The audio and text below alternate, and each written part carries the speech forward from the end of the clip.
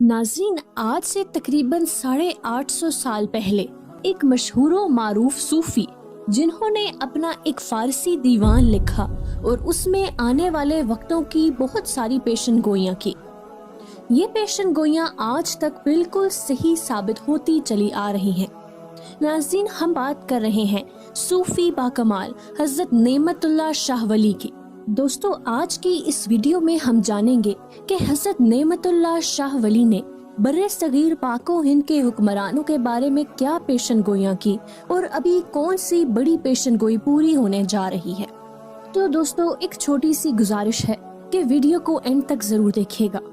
नाजरीन, हज़रत नेमतुल्लाह शाह वली ने फारसी अशार पर मुश्तमिल एक ऐसा दीवान लिखा जिसमें बर्रे सगीर के बारे में बहुत सी पेशन गोइयाँ शामिल थी। उन्होंने बर्रे सगीर के आने वाले बादशाहों के नाम अपने इस कसीदे में लिखे, लेकिन इंसानी अक्ल हैरान रह जाती है कि उस वक्त तो ये हुक्मरान पैदा भी नहीं हुए थे। अपने कसीदे के आगाज में बयान किया कि तैमूर लिंग हिंदुस्तान में आएगा और उसकी फतूहात की भी पेशन गोइयाँ की। बाबर की काबुल से दिल्ली की आमद और मुगलिया सल्तनत के कयाम का भी जिक्र किया। उसके बाद हुमायूं, शेर शाह सूरी, अकबर, जहांगीर और शाहजहां जैसे हुक्मरानों के अदवार की तफसील भी बयान की। मुगलिया सल्तनत के जवाल और 300 साल बाद उसके खात्मे की पेशन गोई की, जो कि बाद में बिल्कुल दुरुस्त साबित हुई। उन्होंने बिलखसूस अपने इस कसीदे में बर्रे सगीर के राजों और महाराजों की गफलत और उनकी अयाशियों का जिक्र किया, जिसके नतीजे में अंग्रेज ताजिर के रूप में हिंदुस्तान में दाखिल हुए। बरतानवी हुकूमत के 100 साला दौर की भी पेशन गोई की, जो कि बाद में बिल्कुल दुरुस्त साबित हुई। नाज़रीन, ये जानकर आपको हैरानी होगी कि लॉर्ड कर्जन ने इन पेशन गोइयों की अशात पर पाबंदी भी लगा दी, क्योंकि इनमें बरतानवी राज के खात्मे की पेशन गोई भी मौजूद थी।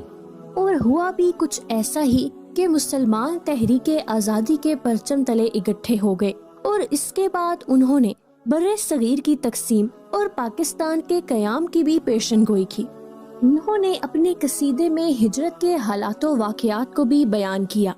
इसके बाद पाकिस्तान में बदउनवानी, उलमा की बेराह रवी और मगरबी सकाफत के बारे में भी जिक्र किया।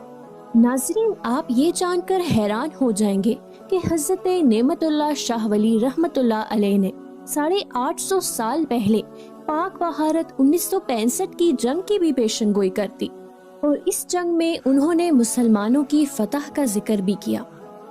नाजरीन, इसके बाद एक बहुत बड़ा बाब खुलता है, जो कि एक ऐसी जंग की पेशन गोई है जिसमें पाकिस्तान, ईरान और तुर्की जैसे बड़े मुसलमान मुमालिक इकट्ठे होकर बहारत को शिकस्त देंगे।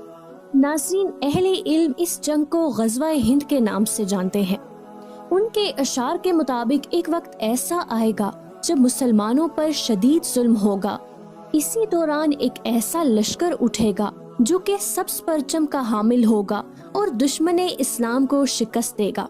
उन्होंने अपने इन अशार में दरियाए अटक का खून से सुर्ख होना, बहारत की शिकस्त और इस्लामी कुव्वतों के इत्तेहाद का भी जिक्र किया है।